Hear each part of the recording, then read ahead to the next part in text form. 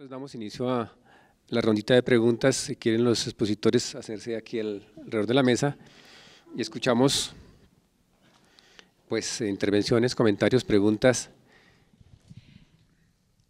Digamos que estas presentaciones que hemos visto, que en principio para, digamos, alguien que mira los temas parecerían como mundos diferentes, en realidad tienen conexiones muy fuertes. Lo acabamos de ver y lo ratificamos con la presentación última de la profesora Eulalia, y con el planteamiento que hace sobre esa relación ciencia-arte, que me da lugar a comentar, luego voy a hacer un par de preguntas, a comentar el trabajo que se está haciendo ahorita con la Facultad de Ciencias para hacer una convocatoria conjunta Ciencias y Artes.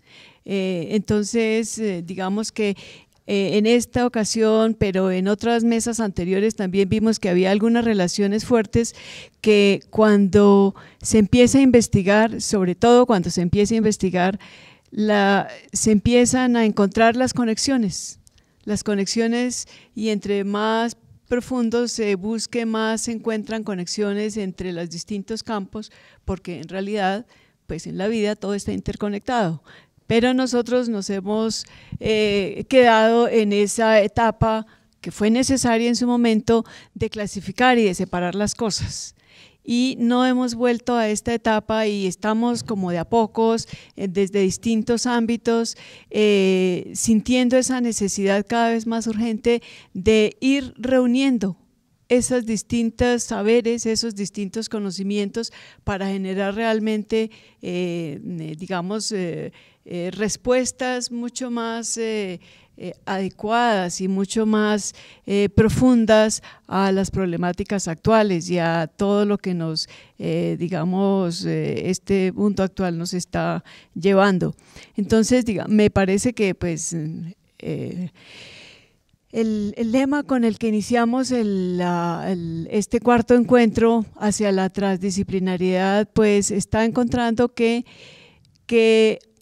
está latente la necesidad, que en muchos casos esa necesidad se ha ido realmente desarrollando, pero todavía desde propuestas o individuales o de grupos, pero todavía no de una manera mucho más fuerte, que sería lo que se quisiera plantear.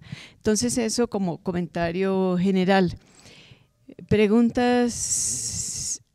Tenía una pregunta para el profesor Jorge Orlando sobre el tema de las semillas. Y era, digamos, está la parte de que esa semilla y ese material biológico es muy difícil de eliminar.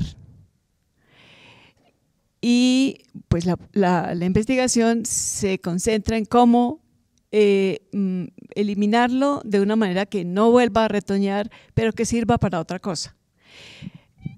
Tal vez no es, en realidad puede ser que no sea una pregunta directa así, pero uno pensaría, ¿qué es lo que tiene ese material que uno quisiera que tuvieran otros?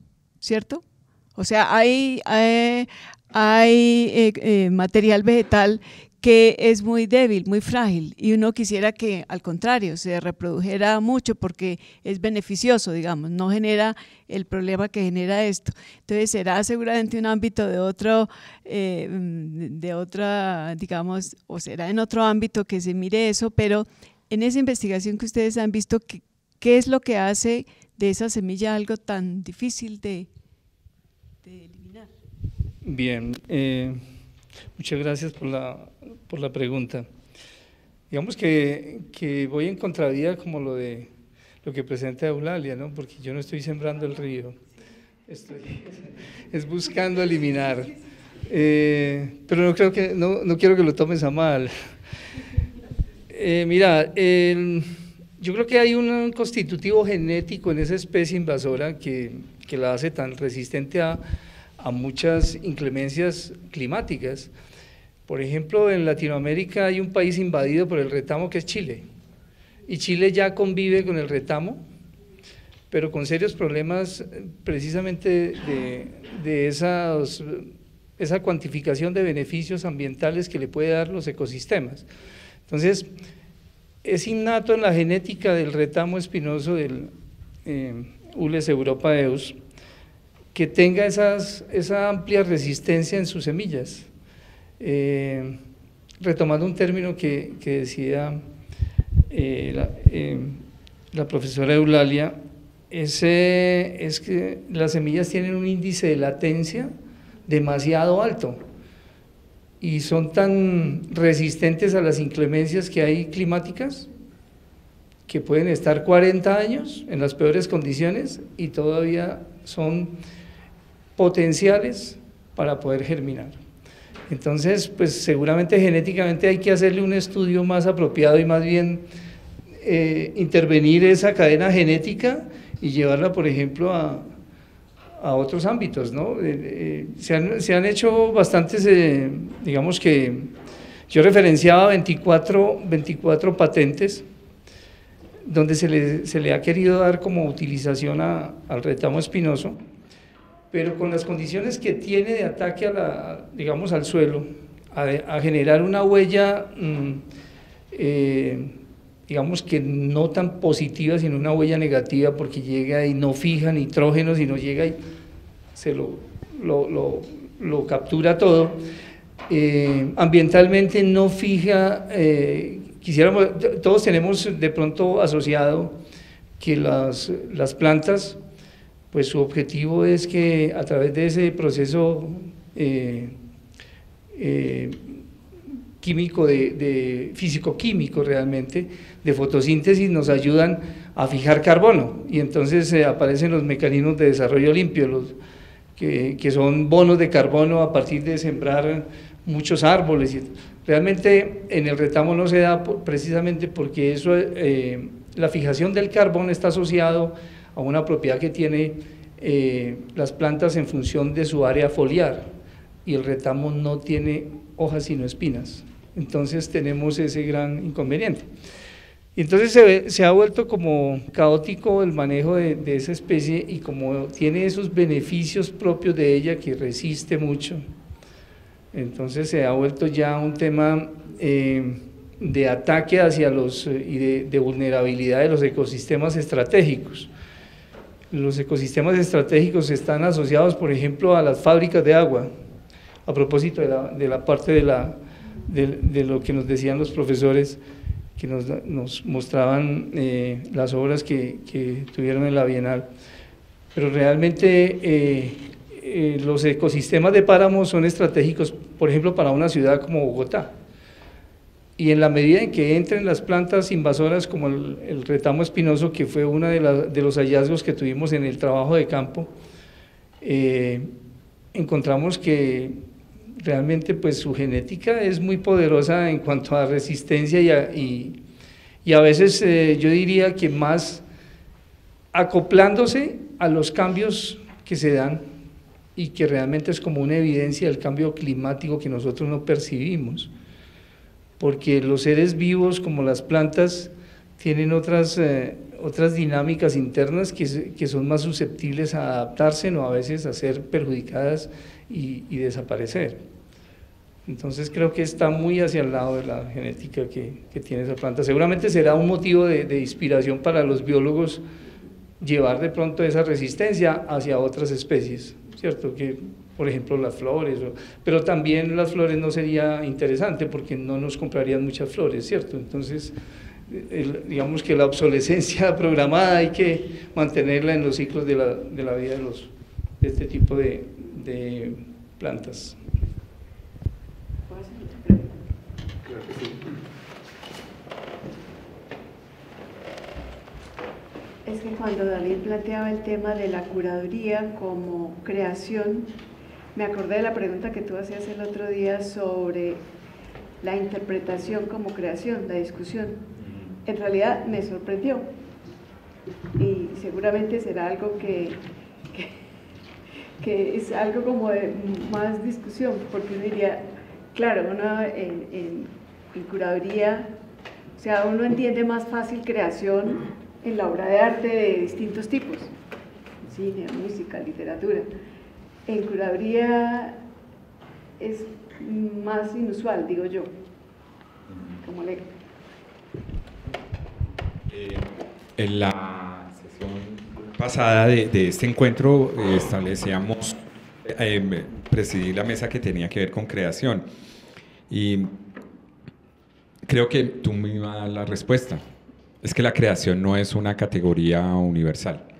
La creación es muy particular de los procesos de cada uno de los, en este caso de los artistas, y entonces hay muchas formas y muchas maneras de entender la creación. La creación musical, la creación... los intérpretes dicen que hacen creación, ¿sí? Que era una pregunta un poco para Voronkov, pero es una discusión que sí tenemos que dar nosotros como facultad. El problema de la creación...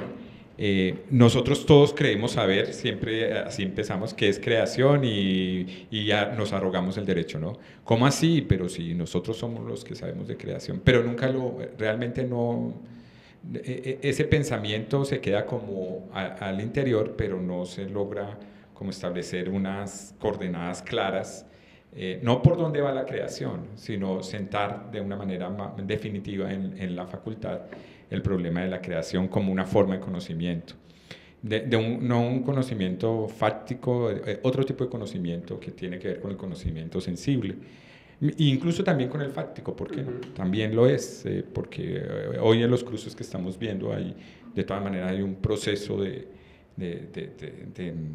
formalización, de racionalización de esto, pero hay otra cosa, por ejemplo en Eulalia, que uno puede ver que tiene que ver con la intuición, con la sensibilidad, con lo poético, ¿sí? La manera, porque es una forma poética de sembrar el río, cantarle al agua, hacer una fábrica de agua, o sea, todo este tipo de cosas que vimos hoy que tiene que ver con los artistas. Lo efímero, por ejemplo, con relación al vaho y a la presencia del cuerpo, y bueno, ese tipo de cosas. Pero en el tema de la creación todavía estamos más crudos, de la curaduría, todavía estamos más crudos. Y incluso que en lo nuevo que aparece en Colciencias, de los productos que se pueden ingresar a partir de la discusión de la que estábamos hablando la vez pasada, que se logró sentar en Colciencias, de incluir productos artísticos dentro de los proyectos y de los grupos, la curaduría no aparece, y la universidad menos, o sea, la universidad está atrás, incluso que de Colciencias, y tendríamos que tendríamos que recordarnos a nosotros mismos que quien creó Colciencias fue la universidad, o sea, dio lugar a Colciencias, y ahora Colciencias de alguna manera ante las presiones dio un pasito adelante, pero la universidad atrás. Yo pasé precisamente este proyecto de la curaduría, que fueron 4 años de trabajo, a puntaje en la universidad, y me dijeron, no, es que la curaduría no es un producto artístico, no es, o sea, no saben en dónde ubicarlo, pero si no saben ellos, digamos, nos corresponde a nosotros dar como la discusión de qué es la creación, qué es la curaduría, qué es la interpretación. Fíjense que parece campos con el que nos movemos todos los días, que son campos, digamos, en el quehacer diario, pero no hemos logrado como ponernos de acuerdo y hacerlo visible. Creo que es a nosotros los que nos corresponde decirle a la universidad y apuntarle a establecer pues caminos mucho más ciertos, inclusivos, o incluyentes más bien, de ver la creación y de ver la curaduría, de ver la interpretación. Esos son retos grandes que aparecen aquí en este seminario, en este encuentro, porque lo que sí es cierto es que las artes en general van muy rápido, se han expandido, de muchos caminos que tienen que ver con la transdisciplina, y sin embargo ni la estructura administrativa y la misma estructura orgánica de la universidad no logra ir como al paso de lo que nosotros proponemos.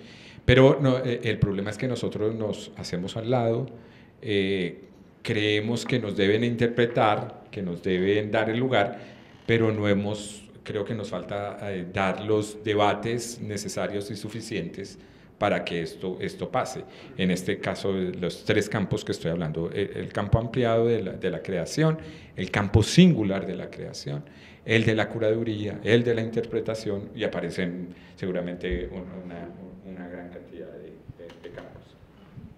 No, pero lo interesante es que, de alguna manera, el tema de la investigación, que es el que nos ocupa en este encuentro, está empezando a enlazar esas perspectivas, es decir, el producto de esas investigaciones se empieza a plantear esos escenarios que también hay que, de alguna manera, conquistar y caracterizar.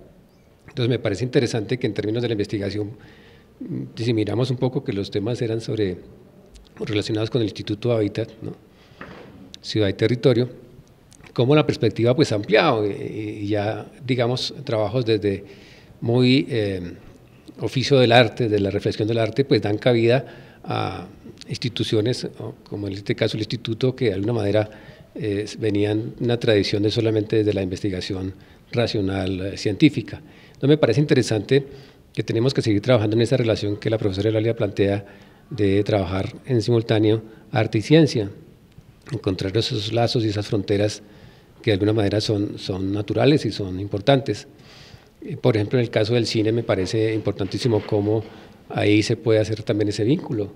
El trabajo del profesor, digamos, recogiendo un poco pues, la experiencia de Estocolmo me parece interesante en ese sentido también, en que no tenemos que andar es juntos, que la investigación da un espectro amplísimo de aproximación, que el tema de la investigación-creación es una frontera interesantísima, que la frontera entre la ciencia y el arte vuelve a ser como a ratificar esa frontera entre la investigación-creación, a veces desde una dimensión, a veces desde la otra, y creo que el reto es, que yo lo veo un poquito hoy con la situación que tiene la universidad, de hacer más visibles estos trabajos, de aproximarnos más a los estudiantes, porque una de las cosas que yo creo que toca mirar, pues, es que estos trabajos se hacen, pero no llegan a los estudiantes, a la vez los estudiantes no muestran a veces mucho interés por conocer resultados o procesos de investigación que alimentarían esos procesos, y ahí hay un trabajo interesante que tendremos que hacer para hacer esa cercanía, hacer esa socialización, hacer esa parte de, digamos, de crecimiento y de aporte y de retribución a los estudiantes. Yo he visto muy buenos trabajos en este encuentro, pero no he visto estudiantes, ni he visto estudiantes interesados. Uno diría, aquí deberían haber estudiantes interesados en los temas, estando trabajando ellos, venir a aprender o a conocer quiénes están tratando el tema del agua, por ejemplo, es un tema que lo toma mucha gente, pero no veo a ningún estudiante mirando aquí el tema de los temas de agua que se han presentado, y eso me parece un poco preocupante. Me parece que ahí nos toca trabajar un poco en ese sentido. Yo quería preguntarles sobre un tema que no se ha hablado hoy, pero que de alguna manera era como la pretensión de la profesora Edith de preguntarles, en la medida en que estaba iniciando el trabajo de aproximación a actividades como directora del Instituto Hábitat. Ella entró un poco con la idea de ampliar un poco, de fortalecer y de caracterizar mucho más esas aproximaciones a la investigación sobre la idea de sostenibilidad. Entonces, para el profesor Lozano y para el profesor Amaya, me gustaría que ustedes, de alguna manera, desde esa dimensión de arte, de ese trabajo que de alguna manera David lo planteaba un poco cuando inició a hablar de cuál era el enfoque de la curaduría, la importancia de la sostenibilidad desde la dimensión del arte, ¿no? ¿Cuál es el rol, digamos, que puede jugar el arte en caracterizar o aproximar al fenómeno, a la problemática de la sostenibilidad, en este caso urbana, como lo planteaba los trabajos que usted, digamos, hizo curaduría? Pues digamos que no está de manera expresa el tema de la sostenibilidad, y claro, eso es una pregunta porque la curaduría del Open Art está puesta en esta mesa. Y digamos que cuando estábamos tratando de hacer el ejercicio, poníamos algunos de los pacientes, no, este puede estar aquí, pero este puede estar aquí, pero también puede estar aquí. Entonces lo que nos dimos cuenta es que de alguna manera es una clasificación provisoria, digámoslo, en ese sentido, para tratar de hacer una ordenación. Pero el tema de la sostenibilidad no es una cuestión de ordenación, no es una cuestión metodológica, es una cuestión que tiene que ver, es una problemática, porque nos interpela a cada uno de nosotros como habitantes, por supuesto, pero el arte no se ha quedado lejano. Todos los proyectos que vimos de los artistas que estuvieron en el Open Art, de alguna manera se están haciendo preguntas sobre la sostenibilidad, se están haciendo preguntas sobre el territorio, se están haciendo preguntas sobre qué hace el hombre hoy aquí, la responsabilidad que tiene con el planeta. Lo vimos en muchos de los trabajos. Pero incluso desde más atrás, por ejemplo, Mercedes va a fuentes históricas para mirar cómo Angola, un país que pareciera, nosotros tenemos un imaginario, mi hijo es geógrafo, bueno, está en semilla de geógrafo, le falta un año, pero todos los días aprendo mucho de él con relación a los mapas y la manera como hemos construido políticamente. Eso es un ejercicio de poder político y de imperio, digamos, de manera de colonizar las mentes, pero también la manera de colonizar pues, los recursos, la manera como hemos construido geográficamente el mundo. Y entonces Angola pareciera que para nosotros es algo por allá perdido, pequeñito, y resulta que Angola es enorme, es casi es un país tan grande que ocuparía una gran parte de lo que es Europa. Entonces, la manera como nos relacionamos con el mundo ha cambiado. Y creo que eso, el arte, y no solamente el arte, y estoy nombrando la geografía, por ejemplo, hoy estamos nombrando la biología y esto, nos dice que debemos tener otra postura ante el mundo, otra postura ante la naturaleza. Estamos mirando, por ejemplo, con lo que llevamos de materiales a Suecia, cómo volverlo a reciclar, cómo volver esos materiales, les decía, debe tener un sello de calidad en cuanto a tecnologías limpias. Entonces nos pregunta no solamente lo que decimos con el arte, la generación de sentidos en la relación con el planeta y con el ambiente, sino a nosotros mismos en los procesos, no solamente en lo que mostramos, sino en el proceso mismo. Entonces, desde antes hay una pregunta, por ejemplo, el grabado en la universidad genera una serie de residuos que son tóxicos. Ha cambiado un poco, pero hay unas maneras alternativas de hacer grabado que tiene que ver con tecnologías limpias y en general vemos que hay óleos, por ejemplo, en este momento que son a base de agua. Vemos que la trementina ya no es tóxica, sino que se pueden utilizar otras formas de disolventes.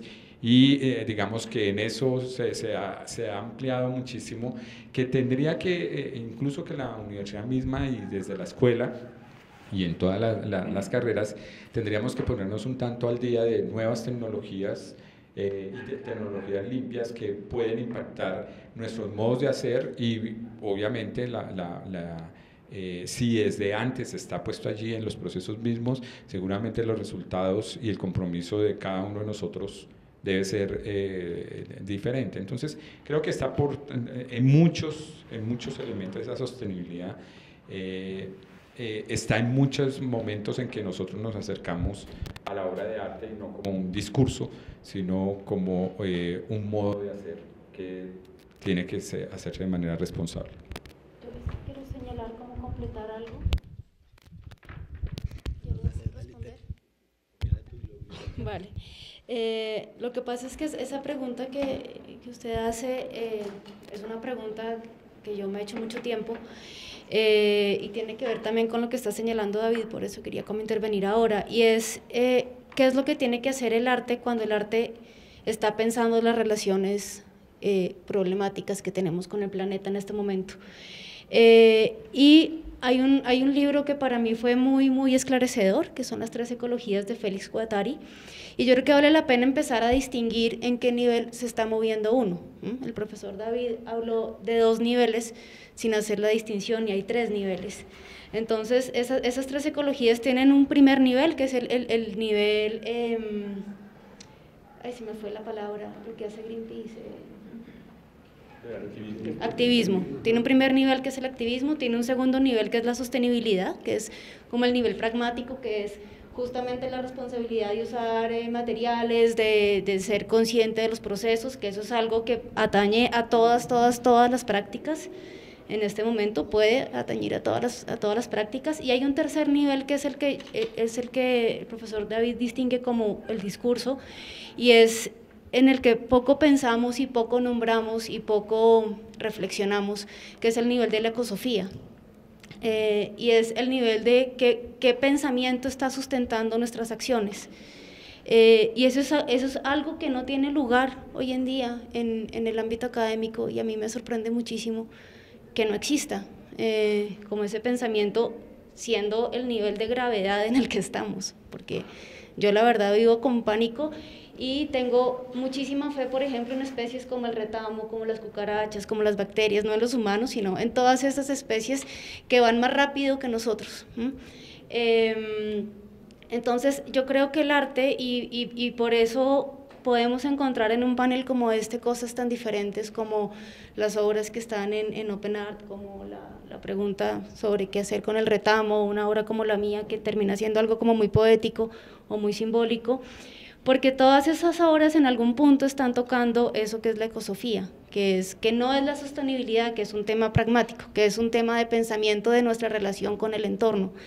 Y creo que es algo que también puede atravesar muchos ámbitos, y ese pensamiento necesita ser transdisciplinar. O sea, lo que señalaba la profesora antes, es como que llevamos no sé cuántos mil años separando los conocimientos, ¿no? Separándolos, abriéndolos, separándolos. Emmanuel Cosi habla de eso en un momento, dice como el día en que la física en que la filosofía puso el libro aparte de la metafísica, ahí empezó como esa brecha, ¿no? Porque los filósofos al comienzo eran observadores de la naturaleza, y eso empezó a abrirse y se fue por un lado todo el lenguaje, todas las humanidades, y por otro lado la física. Y ante esta crisis ambiental, pues vemos la necesidad de otra vez unirlo, otra vez proceder como esos primeros filósofos que miraban el mundo y se preguntaban qué pasa aquí. Y esa es la ecosofía otra vez, pero es algo que no sabemos si lo vamos a meter en artes, o si lo vamos a meter en filosofía, o si lo vamos a meter en biología, o si lo vamos a meter en hábitat. No sabemos dónde meterlo porque necesita de todos. Entonces yo sí creo que la crisis ambiental que afrontamos necesita urgentemente ser transdisciplinar y preguntarse por ese pensamiento justamente más profundo. Bueno, desde la perspectiva que pues he visualizado estas temáticas, pues provienen un poco de que me he preocupado bastante, sobre todo por temas como la biodiversidad, que ha sido permanentemente impactada por la sociedad, por temas específicamente como el de la minería.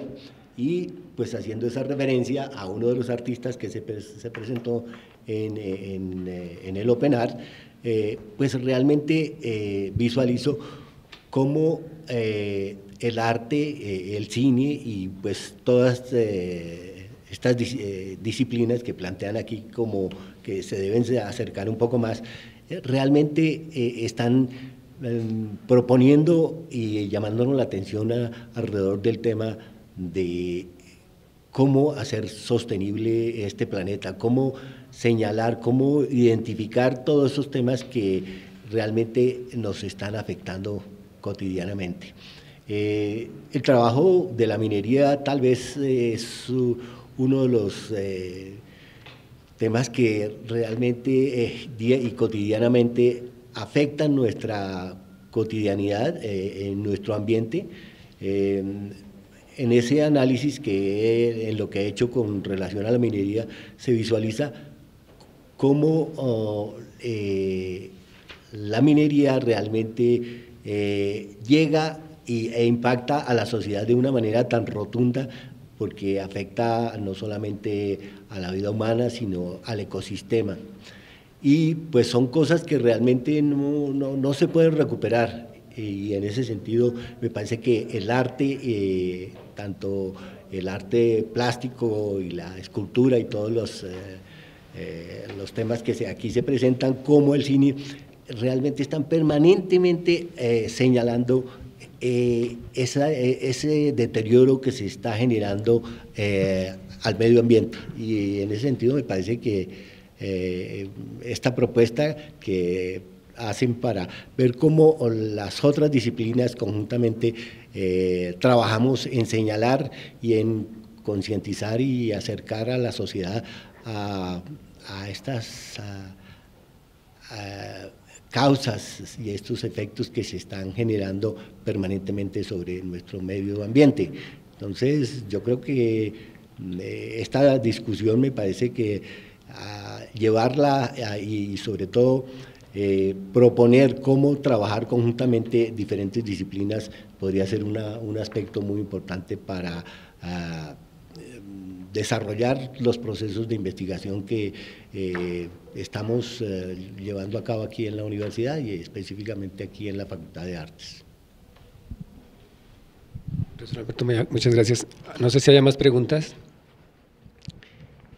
Solamente quería agregar una frase de un autor que, planteando el tema de lo transdisciplinar, retoma una frase que comentó Einstein que me parece que es bien importante. Dice así: la mente intuitiva es un don sagrado, la mente racional un siervo leal. Hemos creado una sociedad que honra al siervo y ha olvidado el don. Me parece que eso resume un poco esta separación, lo intuitivo, lo racional, como que una cosa vale más que la otra, cuando en realidad es la conjunción de las dos la que nos da como las respuestas más adecuadas, digamos. Muchas gracias, profesora Patricia. Bueno, no sé si tenga algún comentario. Yo creo que hay una cosa importante de señalar, y es que si bien no se presentaron, pero Eulalia habla de esas tres esferas, uno que tiene unas que son más visibles, que las tenemos ahí al lado, entonces la pregunta más inmediata es la sostenibilidad, la otra cómo hacer sostenible, y entonces uno dice, hay una serie de trabajos individuales y colectivos, que es la manera como trabajamos los artistas, unos de una manera mucho más individual. Mauricio decía, y da el golpe sobre la mesa y dice, y punto, yo trabajo individual y punto, ¿sí? Pero hace unas preguntas importantes en su proceso de creación, Mauricio, con relación a la escucha, al cuerpo, a la ciudad, a cómo habitamos los espacios, cómo generamos unas ciertas cartografías sobre el territorio a partir de la escucha y del sonido, pero de una manera individual. Y hay otra en la que trabajamos los artistas, de la cual señala, y que no vimos del todo acá, señala Eulalia, que tiene que ver con el activismo. Entonces, hay movimientos activistas desde el arte muy importantes que no son solamente, digamos, puede ser que la pregunta y la intencionalidad se haga desde el arte, pero que toma unos visos que involucran los otros saberes. Entonces, yo creo que la pregunta, y ahí va lo de la última esfera, y es esa parte filosófica, cómo nosotros hemos generado un sentido, la generación de sentidos. ¿Para qué hacemos las cosas? ¿Cómo impactan las cosas? ¿Cómo al sujeto, al medio, ¿sí? Como de ahí para allá, a la familia, al país, cómo se hace, cómo se generan esos discursos y qué tipo de discursos y de acciones digamos, nos debemos comprometer. Y de alguna manera, cuando pasa por el campo del arte, cuando está ahí fuera del campo del arte, es un poco más, ¿cómo lo diría yo? Como que no está constreñido a nada, sino que se genera, se da ahí, de pronto la institucionalidad a partir de las convocatorias genera unos espacios con relación a esa responsabilidad y llama a los colectivos a que generen propuestas que tengan que ver con sostenibilidad. Pero la pregunta es, nosotros como universidad podríamos generar unas convocatorias para colectivos sobre activismo que no solamente vinculen a la Facultad de Artes, Patricia está hablando un poco, sino a otras facultades, y que más allá de la parte discursiva también genere unas estrategias mucho más visibles, planificadas en el tiempo, y que permitan tener unos impactos que sobre los territorios, porque pareciera que el problema del territorio es algo que está como por allá afuera, que lo tratamos de cartografiar, de representar, ¿cierto?, de hablar por él, pero sigue estando muy lejano. Y un poco lo que estaba diciendo Alberto, volteándolo, pero Alberto habla que hemos dicho las cosas, si las decimos, pareciera que el arte y la universidad tienen una conciencia crítica, pero nos falta acción, y eso es, digamos, más allá de un manifiesto, unas recomendaciones sobre qué hacer, es cómo lo hacemos y qué hace la universidad y qué hace esta facultad por el agua, qué hace esta facultad por la paz, qué hace esta facultad por los territorios de frontera, por los territorios donde realmente uno dice, por ejemplo, el urbanismo. ¿Qué hace el urbanismo cuando uno ve que Ciudad Bolívar y casi el 70% de Bogotá cada día está más pelada, no tiene un árbol, las fuentes hídricas se secaron, la minería de a cielo abierto que tiene que ver con la gravilla y toda esa cosa? Entonces, ¿qué hace la universidad? ¿Qué hace? ¿Cómo estamos construyendo esta ciudad? Y ahora el problema grande, que lo vimos en la presentación pasada, con relación a la Van der Hamen. Entonces, ¿cuál es la postura explícita de la universidad con relación? Ya lo hemos dicho, lo dijimos de Ituango, pero tal vez tenemos que asumir otro, y sería un compromiso desde la dirección de la universidad, pero también de nosotros mismos. ¿Cómo hacemos acciones mucho más instrumentales, digamos, si queremos, si lo quisiéramos poner mucho más instrumentales, porque todo este asunto de la sostenibilidad y del medio ambiente cada día está diagnosticado, y a veces pienso que sobrediagnosticado. Todos sabemos que vamos hacia el debacle, pero nos falta muchísima más acción. Yo quisiera también llamar la atención sobre el tema de la visibilidad que le damos a los procesos de investigación y sobre todo a los de creación. En la universidad pues existe un repositorio de investigación. No sé cuántos de ustedes habrán podido acceder a ese repositorio y ver qué investigaciones y qué resultados se visualizan allí. Yo creo que allí de alguna manera los que tienen mayor acceso son a aquellos procesos de investigación que generan patentes y ese tipo de cosas, pero si visualizamos y si nos ponemos a pensar cómo visualizamos nuestros procesos de creación, realmente no existen. O sea, nuestras investigaciones pues se evalúan y obviamente quedan en manos de sus creadores, de sus investigadores, pero la universidad no las da a conocer, o sea, quedan en gavetas. No hay un instrumento específico donde nosotros podemos decir todos estos procesos de creación que realmente señalan diferentes temas, ¿dónde están? ¿Cómo se visualizan? ¿Cómo los estudiantes efectivamente pueden acceder a ellas?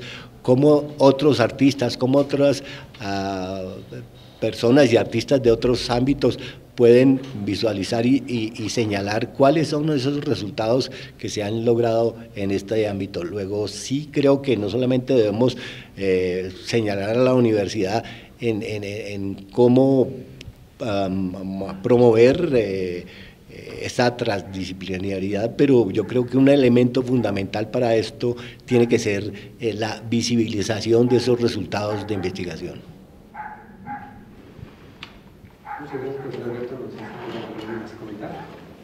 Yo quería hacer un comentario así rápido, y pues básicamente yo pertenezco a un área completamente aparte de la Facultad de Arte, ¿cierto? Soy del área de Ingeniería, de Investigación Aplicada y Ciencias Puras, y pues con cierto temor pensaba que de pronto alguno de ustedes, algunos maestros del arte, quisieran hacer algún tipo de expresión de su talento, de su creatividad con el retamo, ¿no? Porque yo dije, pues si hicieron el Rainmaker, chéverísimo, ¿cierto? Y también pensar en que pueden ver el potencial del retamo en ese sentido, el retamo como tema que yo lo tomé en la investigación que realicé en el proyecto de investigación asociado a generar materiales, porque mi línea de investigación es materiales ambientalmente amigables. Entonces veía como digamos, hay una dicotomía ahí y cómo manejarlo, pero Eulalia tal vez nos facilitó eso cuando mencionó lo de vasos comunicantes, ¿cierto? Y si se acuerdan de Física 1, de la paradoja hidrostática, donde los vasos comunicantes me dan un mismo nivel, indistintamente la geometría, pues aquí es el momento de aprovechar eso, desde las ciencias puras y las ciencias aplicadas, hacemos aportes y seguramente ustedes, maestros de la creación artística, lo van a coger y nos van a nutrir también a nosotros, los de otras áreas del conocimiento. Y me llama la atención es que es establecer realmente cuál es el tema transversal, porque sostenibilidad como tal es un adjetivo que se le da a una problemática que yo puedo desarrollar, pero esa sostenibilidad tiene 3 dimensiones. En la complejidad de lo ambiental está lo social y está lo económico, y por eso tal vez siempre ha sido como el eje transversal hablar de sostenibilidad. Y en eso me parece interesante, pero no nos olvidemos que lo ambiental ha sido motivo más de inspiración para ustedes, los del área de las artes, los maestros de creación, y entonces eso nos da pie a incentivar todavía más y fortalecer más ese tema ambiental en función de la creación. Es decir, si estamos sembrando el río y no sé en qué etapa del río lo sembraste, si río arriba, aguas abajo, intermedio, pero pues eso después me lo contarás. Eso es interesante y eso motiva a que también desde el área de la investigación que manejamos en ciencias aplicadas y ciencias puras, pues podamos establecer nexos y crear esos vasos comunicantes, y seguramente seremos no críticos porque no manejamos la crítica como tal, pero sí estaríamos atentos a poder colaborar con la obra artística para que dentro del escenario no tanto de sostenibilidad, sino de ambiente, de protección del ambiente, podamos aportar que esas obras tengan ese perfil de sostenibilidad, lo que vos decías. Entonces, seguramente no vamos a quemar otra vez, no vamos a incinerar el bus como quisieron hacerlo allá en Suecia, ¿cierto? Pues yo diría que por qué no hablaron en Volvo y Volvo les podía dar alguna carrocería o alguna cosa de estas, ¿cierto? Pero lo que me llama la atención es que podemos generar un tejido donde todos tenemos saberes. Yo creo que aquí no se trata de mirar cuál es el saber que realmente da la solución, porque el tema transversal es ambiente, medio ambiente, más que sostenibilidad. Sostenibilidad es a lo que le debemos apuntar, y una de las posibilidades, y la sostenibilidad tiene que darse en esas 3 dimensiones, en lo ambiental, en lo social y en lo económico. Cerrando ese ciclo, digamos, generando esa triangulación, seguramente vamos a encontrar unos resultados de creación reconocidos, de investigación reconocidos, y yo estoy de acuerdo con ustedes. Nosotros tenemos la fortuna de que podemos solicitar una patente de los resultados de nuestra investigación, mientras que la creación artística adolece de esa posibilidad. Entonces creo que ya se han dado los primeros pasos, y eso es parte de los vasos comunicantes. No nos alejamos tanto entre las áreas de ingeniería y es que no estamos alejados, porque si manejamos análisis estructural, sabemos que las obras de arte de escultura tienen que tener un análisis estructural. Entonces, en arquitectura pues menos, o sea, no estamos alejados, pero sí no tenemos los vasos comunicantes, lo que vos decías, era eso. No, pues yo le tengo una noticia, profesor, y es que lo que pasa es que no hablé de eso porque se desviaba mucho, pero mientras hacía esta investigación tenía una meta con los estudiantes en donde cogimos el retamo, precisamente como especie invasora, para producir una materia escultórica para hacer las semillas. Pero pero pues va despacio. Los proyectos de investigación tienen un límite, tienen una plata, tienen un tiempo, no lo mencioné porque está en etapa 0.0, pero sí tuve una meta con los estudiantes para decir, tengo mi jardín lleno de retamo secándolo para ver qué pasa. Es peligroso, ¿no? No, pero ya le quité las semillas. Okay. Y no las tiré al río. Ah, bueno, eso sí era importante. Bueno, muchas gracias a todos nuestros participantes del día de hoy. Muchas gracias. Seguiremos en este debate porque es el propósito del grupo que inicia pues, a liderar el problema de la investigación aquí en la facultad.